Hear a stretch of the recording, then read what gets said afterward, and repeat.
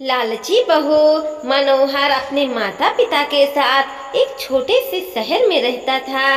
वह एक कंपनी में काम करता था, जिससे पैसे से वह अपनी खर्चा और अपने परिवार का खर्चा चलाता था। कुछ वर्ष बाद मनोहर की शादी हो जाती है। उनकी पत्नी का नाम रिया था। रिया एक बहुत ही लालची किस्म की औरत थी। रिया को जब भी पैसे मिलते थे तो वह तरह तरह के कपड़े और गहने खरीद लेती थी। वह जब भी किसी समारोह में जाती थी तो हमेशा नए नए कपड़े और गहने पहनकर जाना चाहती थी। जब उसके पास नए कपड़े और नए गहने नहीं रहते थे तब वह अपने पति मनोहर से जिद करके खरीदवा लेती थी। उनकी लालच से उसका पति भी तंग आ गया था। मनोहर रिया को हमेशा समझाया करता था कि हमारी कमाई उतनी नहीं है कि तुमको हर समारोह में जाने के लिए अलग अलग तरह के कपड़े और गहने खरीद कर लाया करूं। मगर रिया उनकी बातों को मानने के लिए तैयार ही नहीं होती थी। एक दिन जब रिया किसी समारोह में गई थी तब उसकी एक सहेली मनीषा उसके घर पर आई।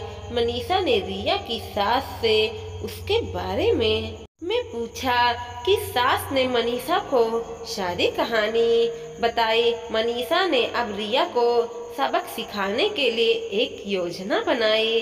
वह रिया के घर से सारा राशन लेकर चली गई और राशन के डिब्बे में अपने गहने और नए कपड़े लाकर भर दिया। जब रिया समारोह में वापस आई तो वह किचन के डिब्बे में गहने देखकर बहुत खुश हुई। शाम हुआ, जब रिया खाना बनाने गई तब उसे राशन नहीं मिला। तब उसे अपनी सास से पूछा, सारा राशन कहाँ गया? उनकी सास ने जवाब दिया, मैंने सारा राशन और घर का सामान बेचकर तुम्हारे लिए गहने और कपड़े खरीद लिए हैं। तुम बदल बदल कर हर दिन नए पहनो। रिया बोली, मगर खाने के बिना मैं गहने और कपड़े क्या करूँगी? तभी उसकी सहेली मनीषा आई और उसने रिया को सब कुछ बता दिया कि यह तुमको सबक सिखाने के लिए किया गया था।